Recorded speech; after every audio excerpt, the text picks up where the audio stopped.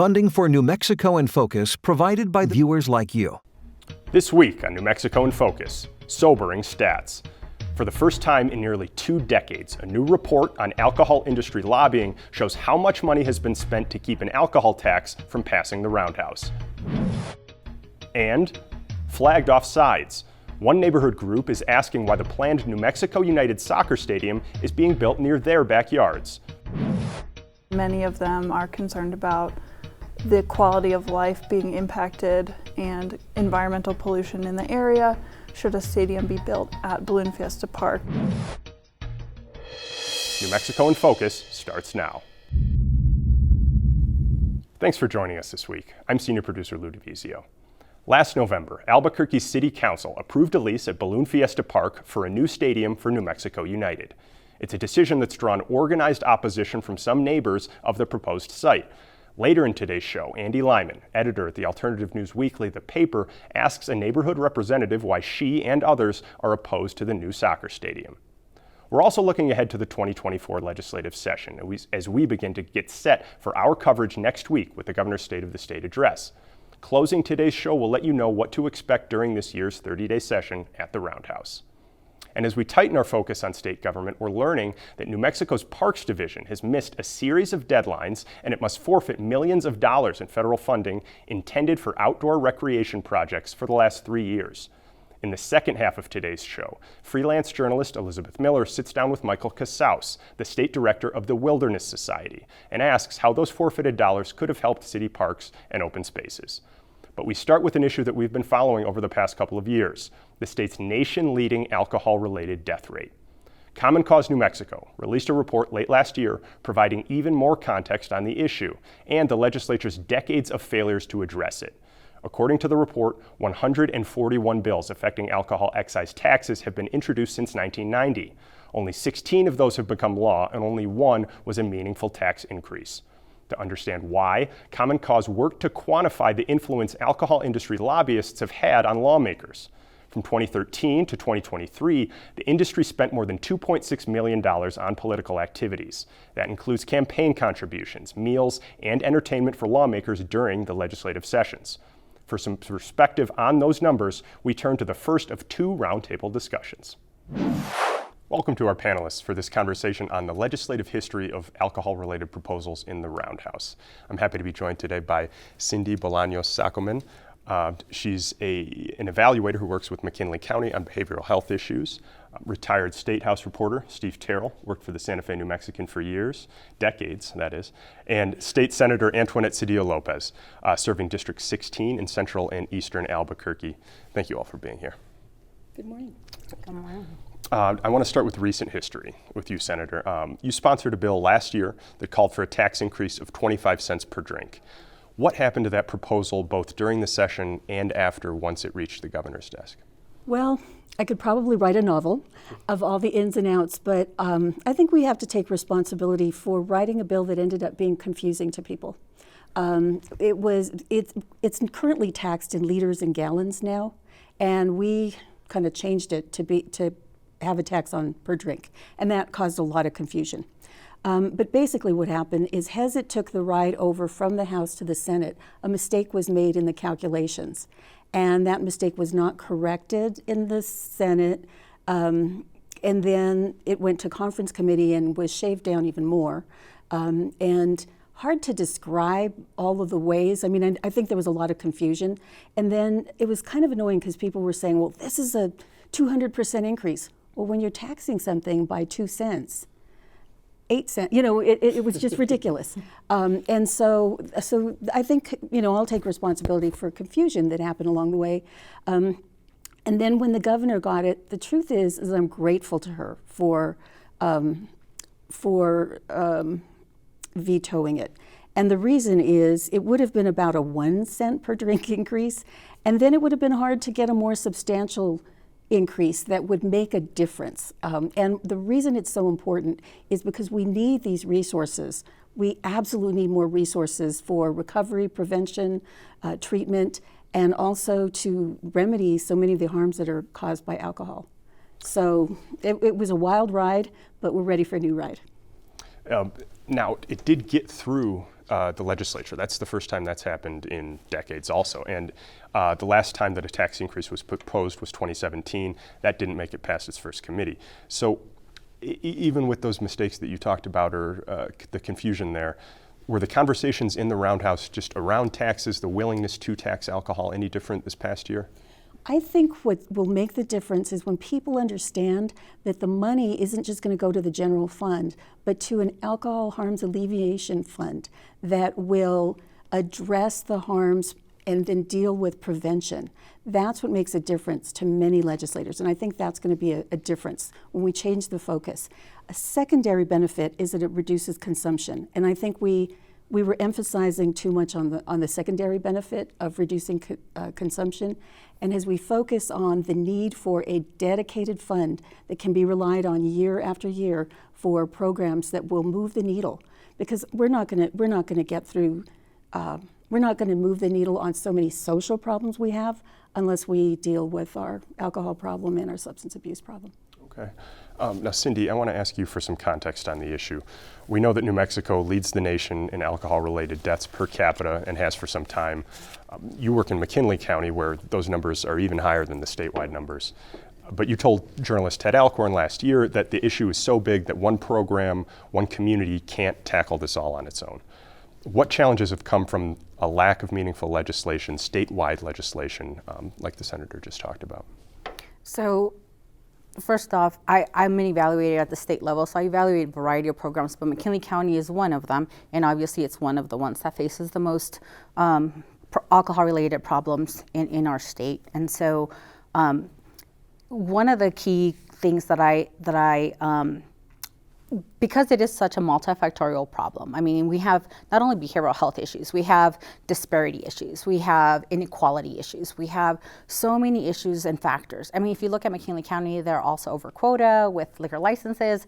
There's so many different problems that we really need universal prevention. We need primary prevention that's targeting at all the different areas. We need, I just want to clarify that prevention in our state has been funded. We do know that at very low rates, though.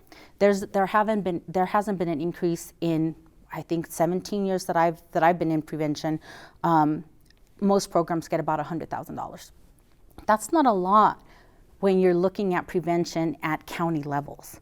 So I'm looking at treatment, I'm looking at prevention, I'm looking at what other departments are there. We need school-based health centers, we need IOPs, we need inpatient centers for youth. We're sending out our youth and we're sending out our Native communities out of state whenever they need any type of intensive treatment. We need more MAT services in and across our state, especially in rural areas. Tribal communities need cultural programs that are very sensitive to their specific communities. And not every community in tribal communities is the same either. And so they need an input as to like, what would prevention look like? Is it reintroducing culture? They should have a voice when it comes to what type of prevention services are needed. We're looking at services that are paid for treatment through Medicaid, let's say. It's a stipend. That it's a one-time stipend for cultural services.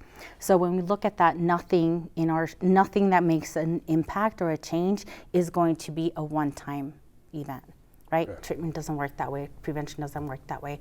So in general, we need multiple programs that address multiple factors across the state.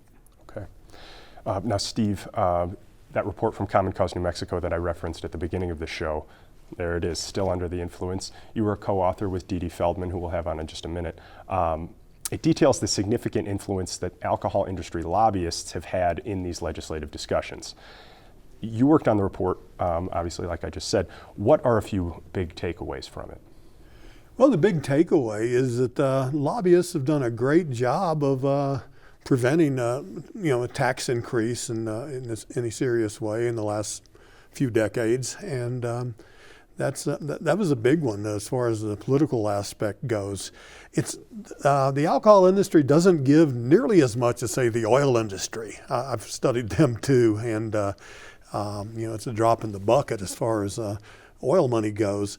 But we came to the conclusion it's probably just the relationships with these longtime lobbyists, some of whom are like second generation, some of whom are married to legislators, and so when a lot of them, a lot of these, they're contract lobbyists. That means they have a whole array of clients, not just in the alcohol industry.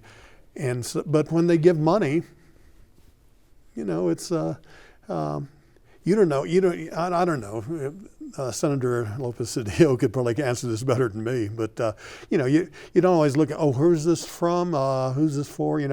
So, and by the way, our study found that Senator Lopez Cedillo had 0 contributions from the alcohol industry, at least so far. So. And they're unlikely to give me any money now. This won't help you. I don't take money from that industry. Yeah. Well, Senator Cedillo Lopez, I do want to ask you about that. Do you believe that the alcohol industry's lobbying power has directly contributed to the failure of past legislation on this issue? Well, that's such a complicated question, and I think you saw that you sort of focused less on the money and more on the relationships, because these lobbyists represent a lot of different interests, and they do have really deep relationships. Some of them are former senators, former representatives. So it's really complicated. I don't take money from the industry or from oil and gas, because I don't want people to think that they have any kind of influence on me. I think it's really important that I send the message that I represent what's best for the people of the state of New Mexico, and that's who I serve, not special interests. So even though some lobbyists were my, children of former students of mine, or former students, actually, some of the lobbyists were, I will listen to anybody. If anybody makes an appointment with me, they're welcome, and whether they support me or not, that's not an issue. But I think it's important to think about the perception. What does it look like when you take a lot of money from oil and gas and then you don't support the Green Amendment? You take a lot of money from the alcohol industry and then you don't support an increase in the taxes. I don't think that's a good look, and that's why I don't do it. I'll give you an example of the power of lobbyists from back in 2003. Bill Richardson was the newly elected governor. He had a blue ribbon tax task force, and they considered an amendment to this proposed tax legislation. There's going to be a sweeping overhaul of the taxes here in the state, and part of it was I think it's like a dime a drink raise in the alcohol tax. This task force passed this amendment right before lunch, and a reporter who's more, I forget who it was, but they had more experience than me, going, this ain't over. And sure enough, right after lunch, the representative who had sponsored that amendment said, I'd like to motion to reconsider, and they reconsidered it, and they didn't. And Bill Richardson was livid. And then his whole tax package basically went down in the special session that came up. And he goes, if the liquor industry thinks they've got the best of Bill Richardson, they've got another thing coming. But that's the last time he ever brought it up. Okay, I want to ask you about our current governor too. And I know the senator mentioned earlier that you were happy that the governor ended up vetoing the penny a drink increase. Exactly, yeah, it's something that was watered down to that level. But how should the public understand this? And you talk about perceptions. Your study showed that Governor Lujan Grisham was one of the top 3 recipients among statewide candidates of the alcohol industry as far as campaign donations go. Okay. Should the public draw a line between the veto and her campaign receiving that money? Possibly not because of the. I don't think we can say that's true, mainly for the reasons that the senator gave. But the fact is, she did take a ton of money from the alcohol industry. Okay. And I want to emphasize that we're working with her staff with this bill. So she was very gracious, met with us, talked about it, and we're working very closely with her staff on this next bill. And I think we believe she won't veto whatever comes out of this session. Okay. I'd love for her to endorse it, but I don't believe that she would veto As a it. former reporter, I got to say though, she did not do a good job of explaining that to the public after the veto. Okay. She may have privately to you guys, but Now, Cindy, I wanted to finish with you here and your position dealing with these alcohol issues, alcohol-related issues and crises. You mentioned a few programs before that could benefit from more tax dollars. How exactly would you like to see those tax dollars spent, and is a legislative approach necessary to make that happen? So I do believe that a legislative approach is necessary. I think in our state, like I've mentioned, we do have treatment, we do have prevention, but it's not enough for the problem that we have. I think since 2015, I remember hearing our Department of Health, our EPI department saying, we have an alcohol crisis, we need to do something about this. And yet, in 2021, we reached our all-time high. So in reality, if we have 276 now edited version deaths in our state in 2021, and that's an all-time high, and we've been screaming since 2015, we need something major. We need something really, really big and impactful. So one of the things that we did, so because we have been working with the governor's office, I want to make sure that everybody knows that this was a grassroots effort. That first and foremost, because we've been as grassroots, mobilizers, community mobilizers, evaluators, treatment agencies. We have a coalition of community members. We all met with a variety of associations, coalitions, treatment providers, and said, what do you need in your community in order to combat this? What do you need to decrease alcohol-related harms? And we started an entire list, and that's what I have in front of me. We took this list and we took it to the Department of Behavioral Health. We took it, and then they took it to 9 different other secretaries, 9 other departments, including CYFD, aging, long-term services, early childhood education, and the list goes on. What that really says is that this $250 to $275 million could go into programs in all of those departments. Now, think about the impact that would have, right? I mean, the impact in all of the departments, because like I said, this is not it's not just about decreasing alcohol consumption.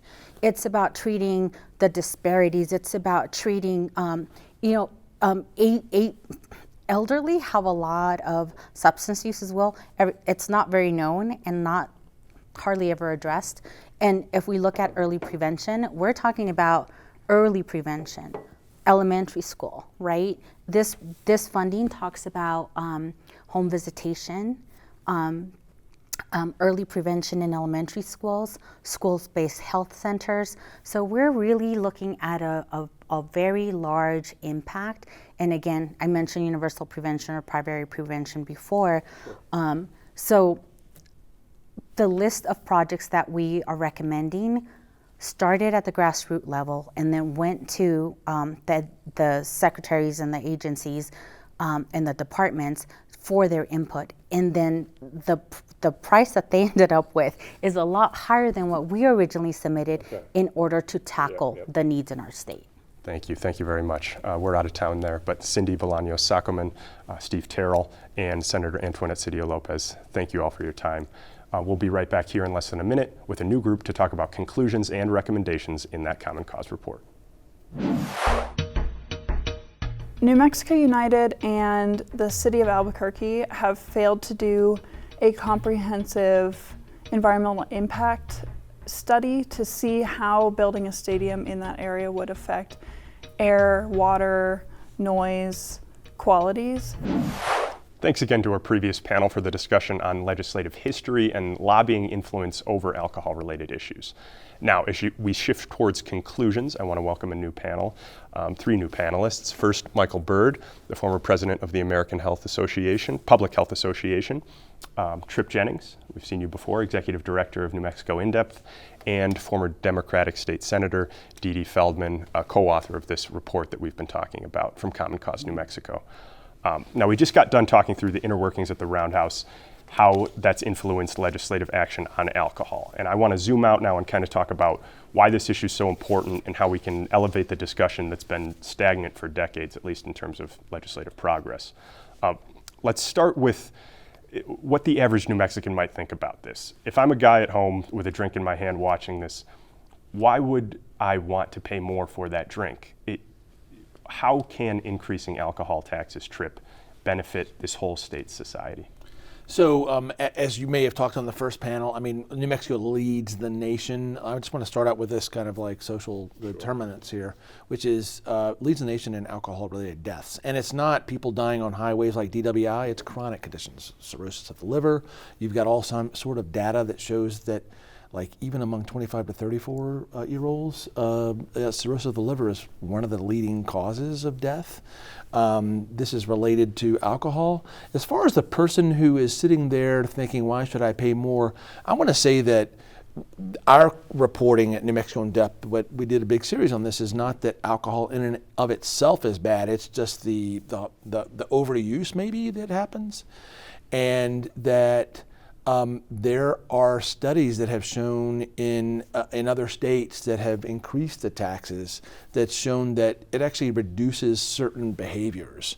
And if you're someone who's, maybe someone who watches the state budget, who thinks about health spending over the next 20 to 30 years, because that is part of the conversation in any legislative body, Congress, New Mexico legislature, if you reduce kind of behaviors on the front end, sometimes you save money on the back end. And so, that's something that if I think about when I'm sitting there maybe having a beer on a Friday night, is I do think about that kind of stuff because I've been around the legislature for so long. Sure. I don't know if that answers your question, but I do think there are ways that are impacted. Plus, there are personal stories that people have around this kind of stuff. I understand that. And Michael, I want to go to you with a similar question to really kind of nail this down. How do we get everyone on the same page here, legislators, statewide leaders, and the public, to understand what the societal burdens of this chronic overuse that Tripp talks about are? Well, let me just say, in addition to being past president of the American Public Health Association, first American Indian, which itself is something that hasn't come easily. I also, and having spent time as a medical social worker with the Santa Fe Indian Hospital early in my career, dealing with a host of issues, including substance abuse that was impacting Native communities, and a personal experience. My family, our family, was significantly impacted by substance abuse. My father, as well as some other members of my family over the years, have been challenged by substance abuse, and my father actually died of cirrhosis, and the impact that had on me as a young man growing up, the impact it had on our immediate family was long-standing and devastating. I can just say, as a young man growing up, I didn't have a father. I didn't have a role model in terms of how to behave as a man, as a father, and because he wasn't in my life, and the role modeling I did receive was negative, and so I think that when you really look at this issue, you have to look at the families that are being impacted, because the family of origin is weakened when you have members of the family who are caught up in alcohol use and abuse, primarily abuse, and that has long-standing consequences, and it almost becomes, if without some intervention, the gift that keeps on giving. And so family of origin is undermined, and it manifests itself in a whole host of ways, including substance abuse by family members, and the host of other issues, DWIs, people being not being gainfully employed because they can't hold their jobs, and so it's this is not. Again, this is not just an esoteric issue. I know what it's like to grow up in that environment, and I would not wish this upon anyone.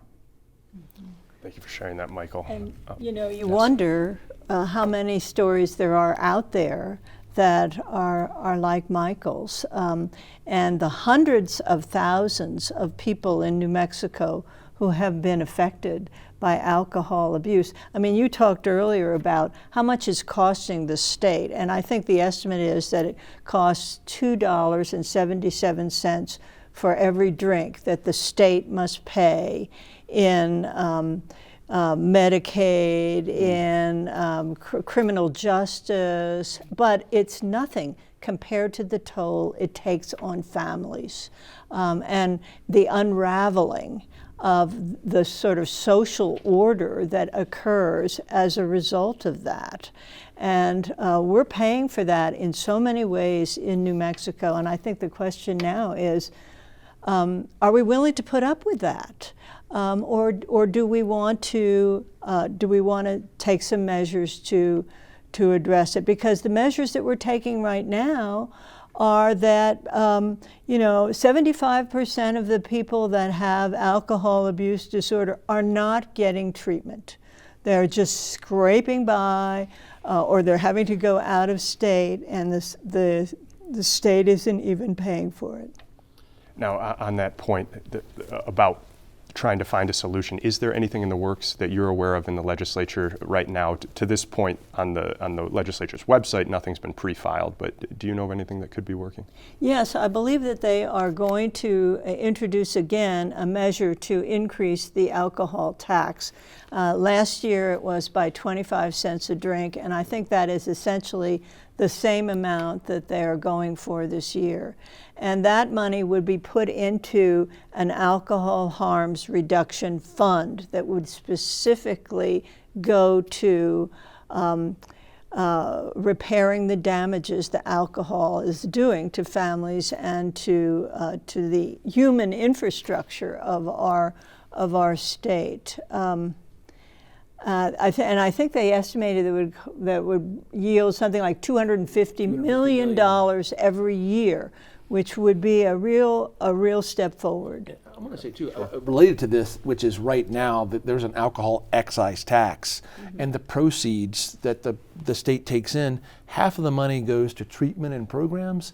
The other half of that goes to the general fund, or the state's main checking account. So part of this move this year is also to make sure, I believe, that's what I'm hearing, that all the money goes to the treatment and programs, not to the general fund. Okay. So they're really trying to really be specific and dedicate this money to these treatment and programs, because that has shown that it helps. Okay. Now, beyond taxes, journalist Ted Alcorn, his 7-part series that he wrote for you at New Mexico In Depth, he gave some recommendations, and one of those, they include raising taxes, obviously measuring alcohol sales, and lowering the legal standard for driving from 0.08 to 0.05.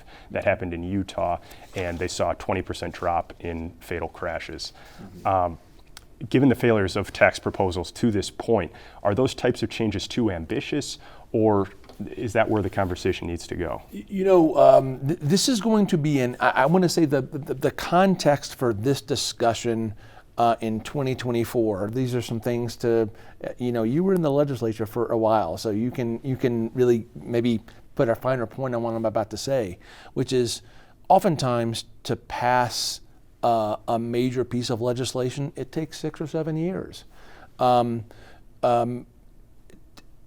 That's one thing. I would say that there's going to be a lot of discussion around, this is an election year. Do we pass taxes in an election year? That's going to be really interesting. I think that there's going to be a lot of conversation about how local producers are treated, versus out-of-state folks, and is that going to increase the chances for a tax? I've talked to a lobbyist who's representing some alcohol folks, and he thought that the tax would pass this year. It was not going to be maybe, how things work in the legislature is it's a negotiation. You start here with 25 cents and you negotiate, and where that tax will end up, who knows? Last year it ended up at 1 cent. Yeah, it was, sort of striking to see how that happened. But those of us who've been around the legislature, I was not necessarily surprised or shocked. Yeah, we talked to Senator Antoinette Cedillo Lopez in this first segment, and she said that there was some confusion about that, and she kind of attributed the watering down of that bill to that. But Michael, the reporting on this is clear, and as you mentioned, that New Mexico has a problem with alcohol, the nation-leading problem. More elected officials acknowledged that, even with that confusion, but the governor still vetoed the bill. Whether or not that was a good thing, as Antoinette Cedillo Lopez had said, to keep the conversation moving and hopefully get a bigger increase this year, is there something that you've seen that could indicate that why the governor hasn't been an advocate for this issue?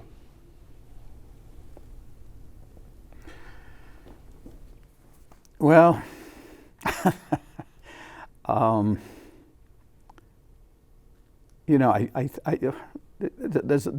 try and keep my response brief. We have the best, in this nation today, we have the best government that money can buy. And when it comes to, when it really breaks down for me, what do we value? Do we value human life, or do we value the dollar? And my grandfather, who's long since passed on, once said to me, what this nation values is the God Almighty dollar. And we need to do the moral thing and the right thing. We need to take care of all people. We need to ensure that children are protected, that families are protected, and one way to do that is by acting. When you have the opportunity to take action and protect our people, all people in the state of New Mexico, what other course is there? Thank you, Michael. Well, the course that is being followed now is the path of least resistance. And the last time that the legislature increased the tax on alcohol was in 1993. That's a long time ago.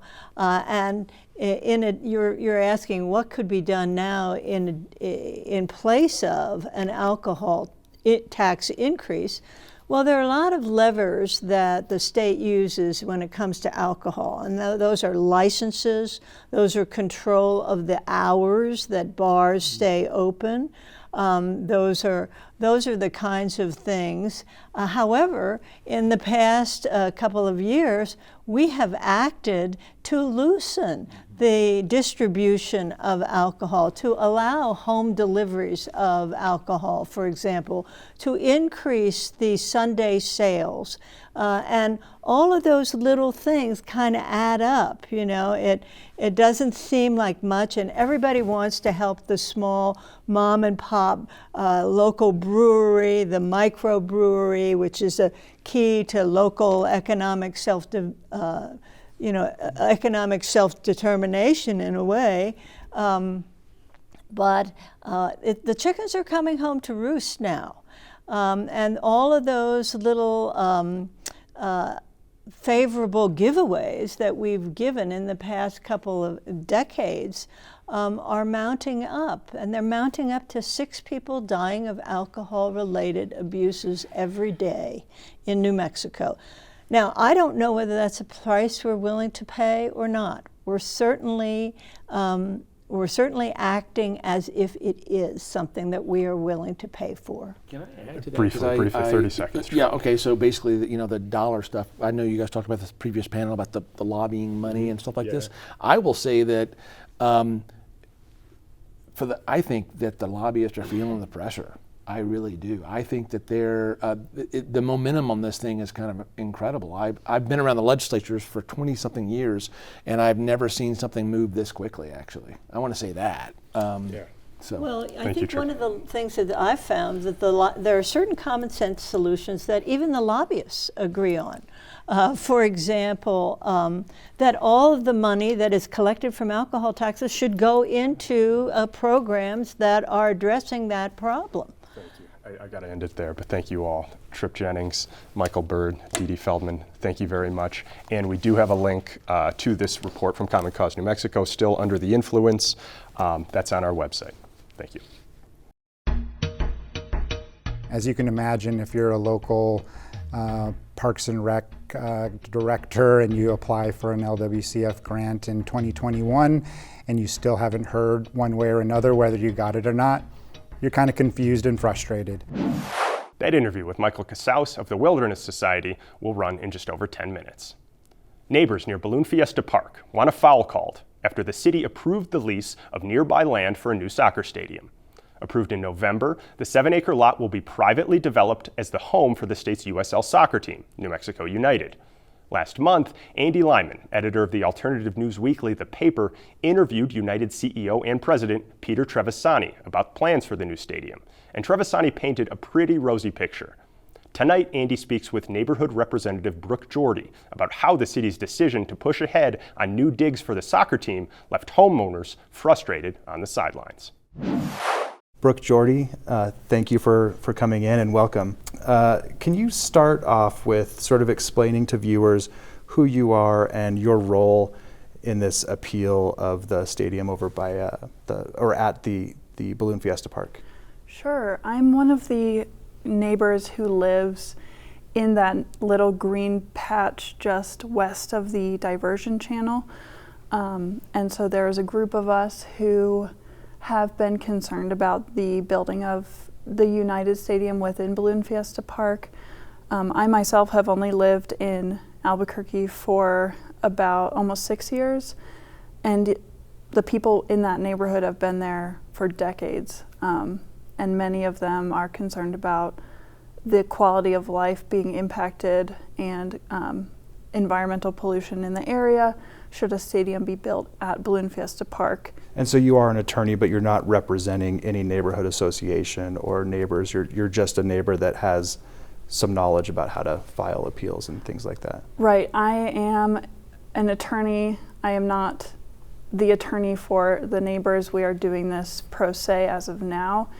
There are a group of us who are kind of the main individuals behind it, and then there are approximately, I think, 72 individuals and 3 or 4 neighborhood associations who are opposed to building the stadium, and those are the individuals who signed on to the appeal.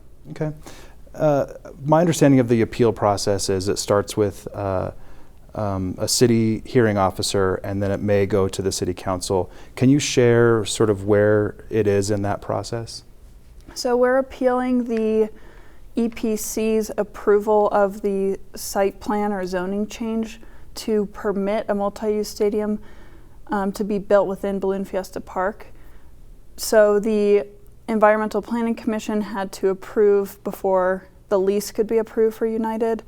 We appealed the EPC decision, and we appealed that to the planning department is the one who organizes the appeal. A land use hearing officer is the individual who would hear the appeal, and then it can go forward from there if we want to continue with the appeal. Eventually we could end up in district court. Right now we are waiting, because there are so many of us, so many applicants, it makes it harder for the city to organize how that appeal is heard. So they are currently working on gathering the record and will put together the record essentially to be sent to the land use hearing officer, which is also called a LUHO. And then once the LUHO gets it, they will schedule a hearing for us. What were some of the concerns both in the process of how this happened, and also what are the concerns of what might happen if the stadium is built? New Mexico United and the city of Albuquerque have failed to do a comprehensive environmental impact study to see how building a stadium in that area would affect air, water, noise, qualities. It is right off of the Amafka Channel, which is that north diversion ditch that people know about. That carries all of Albuquerque's runoff stormwater and takes it into the Rio Grande. So any kind of fallout or water pollution that would come from increased use of Balloon Fiesta Park, such as increased fireworks from the stadium, would pollute that water with all of that fallout that comes from fireworks. It's also a very quiet area. Like I mentioned, there's a lot of wildlife. We're not too far from the bosque, so there are protected waterways that are in play here. Those concerns, and then also a big one is that the city and New Mexico United have presented themselves as partners in building the stadium and getting the plans in place. Those plans are extremely lacking in detail, and on top of that, the city council is supposed to be have a quasi-judicial decision-making role in this process, and they have represented themselves as being an agent, a partner of New Mexico United. And so Consensus Planning, who has the planning contract for the stadium, has said that they are an agent for the city of Albuquerque and New Mexico United. To fill that quasi-judicial decision-making role, you have to be neutral. So how can the city be neutral in deciding for themselves whether those plans are acceptable? Do you see, is there any way that United and the city can sort of rectify the situation and build a stadium? What could be done to sort of mitigate the damage that's been done? I think a good start would be, like I said, the environmental impact studies. Figuring out how this stadium will truly impact current residents of, all of Bernalillo County, really. And I recognize that Mayor Keller believes that we aren't his constituents, and so our opinion on the stadium being built is of less concern than his constituents. However, the air pollution and water pollution, that carries much greater concern for all of New Mexico, really. If it's going into the Rio Grande, then that's going to affect downstream, literally, the rest of New Mexico. And we should know by now that you can't unring the bell when it comes to environmental pollution. It's 2024. We have seen this time and time again. If you push things through and say, well, it's economic development, oh, it's good for businesses. What's good for businesses isn't necessarily good for a community and isn't necessarily good for the environment. So there's that aspect. On top of that, I think engaging with individuals who live in my area where, yes, I recognize we're not Mayor Keller's constituents, but we have a vested interest in protecting the way that land is used in our neighborhood. And the majority of people who are for the stadium don't actually live in the vicinity of the stadium and will be somewhat protected from any of the fallout of the stadium. Peter Trevisani, for example, lives in Santa Fe, so he won't be affected negatively by fireworks every time there's a game. I will also say that the city's proposal involves building the stadium next to the old Nazareth landfill, which has unusually high levels of landfill gases because the city never built the proper venting system that they were supposed to. And so we have very high levels of methane gas that could be released, and it's currently unsafe as it exists today for just the Balloon Fiesta usage. So building a stadium next to a landfill gas concentration area is dangerous for individuals going to the stadium, building the stadium, living near the stadium. And one of our big problems, the neighbors' big problems with the stadium's plan is that it doesn't account for any of that. The issue has been raised with the city and it has fallen on deaf ears. Nothing has been done. There has been what appears to be no good faith attempt to rectify the concerns that neighbors have voiced in public comment, and I think that says all it needs to. Thanks to Andy for that interview. You can also watch his conversation with Trevisani online right now at nmpbs.org and on the New Mexico in Focus YouTube page. The state of New Mexico has forfeited millions of dollars in money that could have been spent on outdoor recreation and land conservation projects over the last 3 years. It's a story journalist Elizabeth Miller uncovered through recent reporting for New Mexico In Depth. This week, she joins us as a contributor for the first time. In an interview with the New Mexico State Director of the Wilderness Society, Michael Casaus, explains how this happened and why it matters.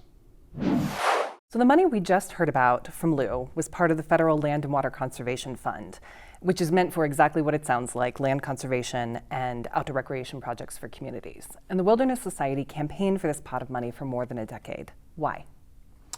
The Land and Water Conservation Fund is one of this nation's most important and successful conservation funding programs in the past 50 or 60 years. Since it was established by Congress in 1965, billions of dollars have been used by LWCF to build new parks, conserve important areas, and to provide access to recreational opportunities for hunters, anglers, and other outdoor recreationists.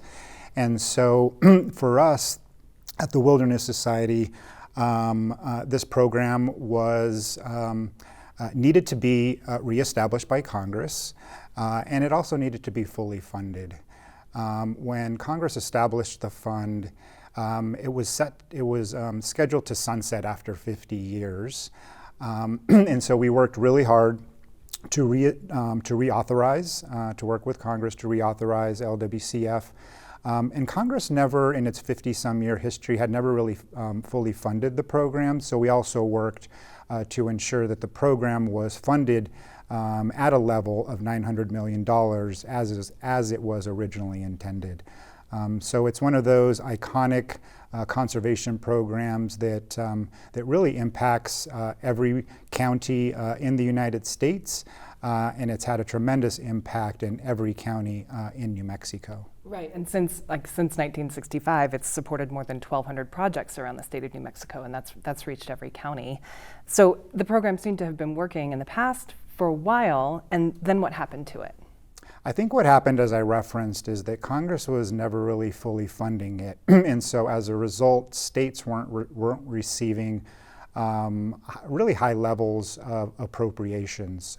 So one of the programs of LWCF is called the State and Local Grant Assistance Program, and that program is meant to provide matching dollars to states, local governments, and tribes to support their outdoor recreational visions. And so when Congress was contemplating how best to fund that program, they for whatever reason, never really gave states the level of appropriation that was originally intended. So maybe in the early 2000s, New Mexico started to receive less and less LWCF funds for this state and local grant assistance program. In some years, it was receiving $150,000 or $250,000. And so I think during those years, New Mexico State Parks, who administers the program for the state of New Mexico, really didn't think it was worthwhile to put out a broad statewide call for proposals from local governments and tribes to apply for those funds, and instead use that limited funding for state parks priorities, which do benefit all of New Mexico, all of New Mexicans, but it wasn't really going to the local governments and tribes as it was intended. And so with the passage of the Dingell Act in 2019, which permanently reauthorized the program, which we were really excited about, and with the subsequent passage of the Great American Outdoors Act in 2020, which fully funded the program, the result was that New Mexico and other states started to receive higher levels of funding. In New Mexico, we started to receive about $3 million a year, and that funding is based on kind of a population formula that the LWCF program has. Right, so to back up and unpack some of that a little bit, it was like the state was receiving so little money that it didn't make sense to run a competitive grant program to like it was too many people trying to reach for the same pie effectively. Like there wasn't enough money for them to dole out, so they were using it for state parks projects. And I think the last of these community grants we saw go out in 2005 to I think it was a swimming pool in Lovington. Yeah. Right? And so we get the passage of the Dingell Act in 2019 and the Great American Outdoors Act in 2020, and this does kind of change the stakes. So what did you see change in how the state was sort of trying to rise to meet this new occasion? When those two critical bills passed, and we were anticipating New Mexico receiving $3+ million a year, I began to meet with Energy, Minerals, and Natural Resources Department and New Mexico State Parks to see how we can reestablish the program, which, as I mentioned, really hadn't been functioning in nearly 20 years. So I think the first step was to reestablish the program, essentially from the ground up, hire an LWCF coordinator, which State Parks did, and then importantly to put out a request for proposals to local and tribal governments across the state. Were people aware that this funding source had even been available in the past by the time you started doing some of this outreach to communities? Yeah, the Wilderness Society at that point, when the request for proposals was put out, we began to outreach to over 50 local governments and tribes across the state to do just that, educate them and inform them that this grant opportunity was available to them to advance their outdoor recreation priorities in their communities. We did kind of a series of surveys, like pre and post interviews, and what we found was that the vast majority weren't aware of LWCF in general, and about 90% of folks that we talked to didn't even know that the request for proposals was out there. So I think we played a critical role in really educating those local and tribal governments about LWCF, why it was important, and also about the matching grant opportunity. LWCF does provide matching grants, so local governments and tribes have to come up with the other half of the money. It's a 1-to-1 match program. And so at that point, I think local governments and tribes were very interested in it, and many of them did apply that first year. Got it. Okay. And so the National Park Service, which administers this program like on a federal level, gives states 3 years to come up with projects to spend this money. And we talked about the state parks was using it for a while. And then New Mexico kind of struggled to identify projects beginning, somewhere around when the money started increasing again in 2019, 2020. And state officials recently admitted that they forfeited $5 million since 2021. Can you help characterize what kind of loss that is?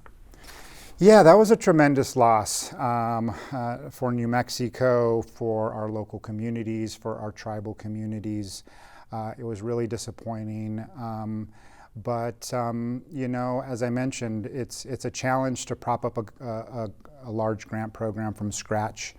What ended up happening was, I think since 2020, New Mexico had received about $9 million, $9.5 million in this stateside funding.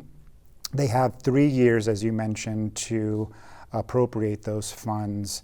And so in 2021 was the first year in nearly 2 decades that state parks put out the call for proposals. They received 11 applications from local governments and 2 applications from 2 of the pueblos. So there were 13 in total. But for a variety of reasons, those programs have yet to be funded or not funded. In 2022, another request for proposals was put out there, and another 13 or so local governments applied. So despite the fact that we see about 26 or so local governments applying for the funds, due to a variety of reasons, those funds haven't been decided either way. And so unfortunately, because some of the funds that were appropriated back in 2020 weren't used within the 3-year timeline, about $5 million was was given back to the federal government. Right. So you can imagine the city parks, the swimming pools, the ball fields, the open spaces that could have been created with this funding. But we're committed to working with the Lujan Grisham administration and state parks to ensure that moving forward, that this program lives up to its promise. Right, right. I mean, I think it's been like about $2 million each year for 21, 22, and 23. And we've had these applications sitting there that haven't even yet been submitted to the federal government. I think they were going to try to submit them this month. So hopefully some action here. Hopefully there's still money to be spent on supporting some of these projects, but it's been a long time. What are you hearing from some of the communities that you've worked with on how they're feeling about how long it's taken for this application process to move forward? Yeah, I think it's been a mix of excitement, but also disappointment. As you can imagine, if you're a local Parks and Rec director and you apply for an LWCF grant in 2021 and you still haven't heard one way or another whether you got it or not, you're kind of confused and frustrated. We've seen instances in some counties where, they've basically given up on the project that they had applied to develop. We know that Acoma Pueblo, for example, applied for an LWCF grant, and because it was taking so long for decisions to be made, they found the funding elsewhere, and they've actually completed the project, and they've withdrawn their application. And we did see 5 local governments and tribes withdraw their applications from that 2021 pool. Right. So high levels of frustration, but also excitement, because many communities across the state are developing outdoor recreation plans. They need funding. Smaller rural communities don't have a lot of money to purchase land to develop a new park, or they don't have the funding to build that new soccer field that the community wants. And so we view this LWCF stateside grant really as a 50% off coupon that local communities can use towards implementing that outdoor recreation vision. Thank you to Elizabeth Miller for sharing her reporting and for that interview. Now, looking ahead, the governor's State of the State address is coming up next week, and you can watch it live Tuesday afternoon right here on NMPBS. The governor's speech marks the start of the 2024 legislative session, which will last just 30 days with a primary mission of passing a state budget. The Legislative Finance Committee is proposing a $10.1 billion plan for the upcoming fiscal year, which amounts to a nearly 6% increase in general fund spending. That's about $400 million less than what the governor wants to spend. Both plans are just a fraction of the expected $3.5 billion surplus created in large part by booming oil and gas revenues. One primary difference in the two proposals is sure to draw debate. The LFC is recommending a 4% pay raise for all state employees, while the governor wants to give most state workers a 3% bump, plus 14% more for state police officers and an 8% increase for prison guards. But the budget probably won't be the only thing lawmakers focus on. Representatives have already pre-filed dozens of bills on a wide range of issues, and we're still waiting to hear from the governor's call. That will formally determine other items that legislators will have to consider. We'll be following all of the action with correspondent Gwyneth Dolan, bringing you weekly reports from inside the Roundhouse. The session officially starts with the governor's State of the State address, live on NMPBS January 16th. Thanks for watching. We'll see you next week.